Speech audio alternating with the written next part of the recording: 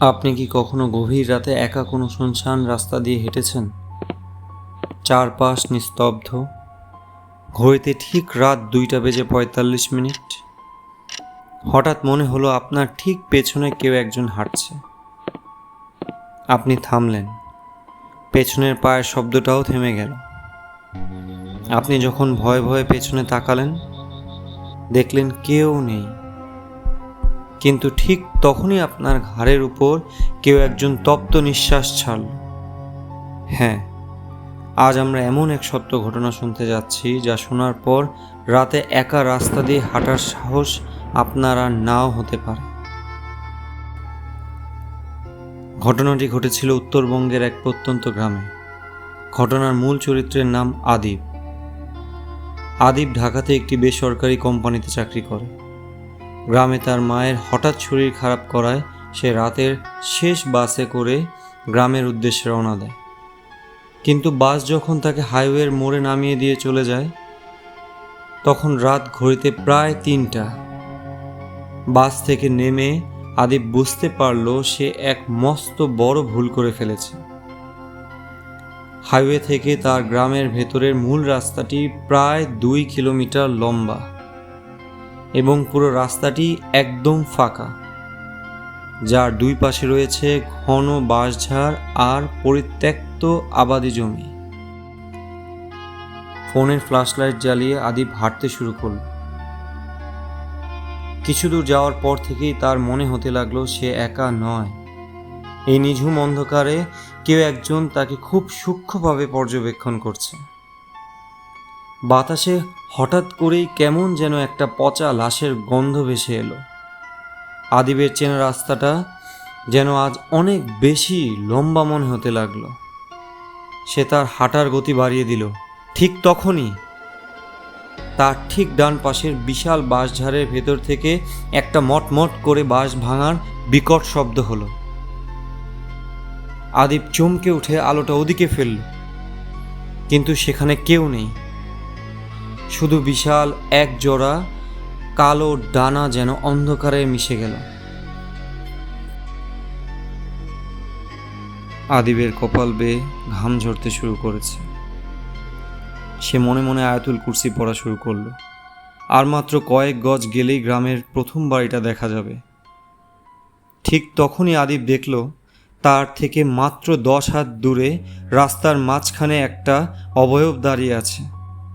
ধবধবে সাদা কাপড় পরা, কিন্তু তার অবয়বটা সাধারণ মানুষের চেয়ে অনেক বেশি লম্বা, প্রায় 8 থেকে 9 ফুট।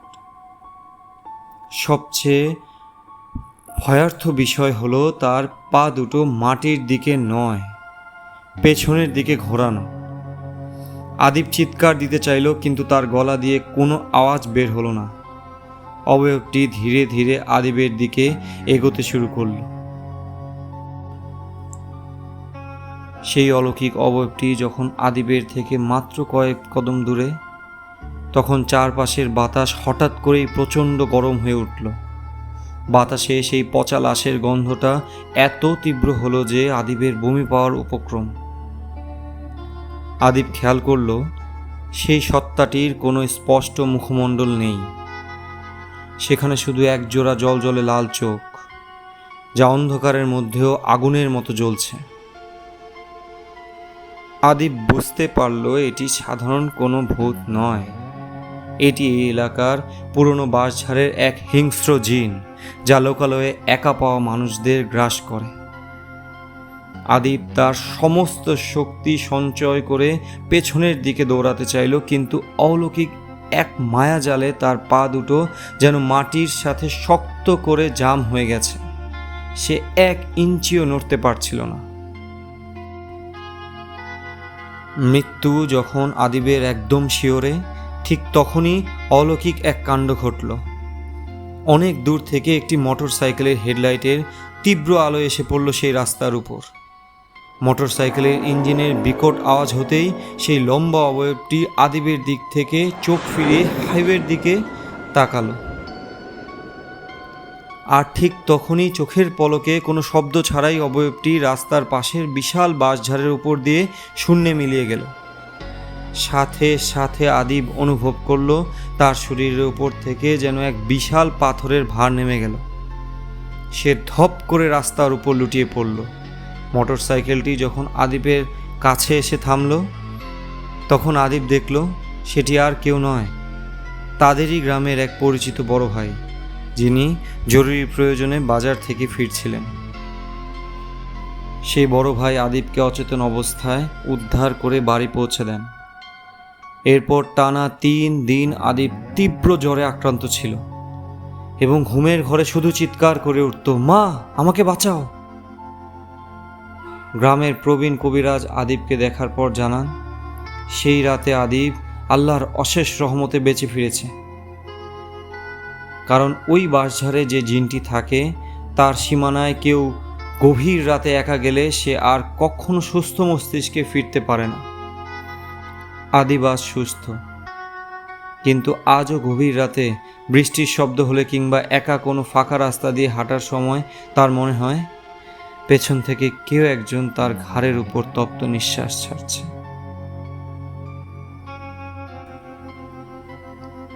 কেমন লাগলো জিন ও নির্জন রাস্তার রহস্য গল্পটি?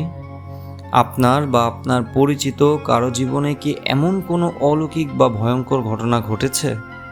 ঝটপট কমেন্ট বক্সে লিখে জানান, অথবা বিস্তারিত লিখে পাঠিয়ে দিন আমাদের ইমেইলে।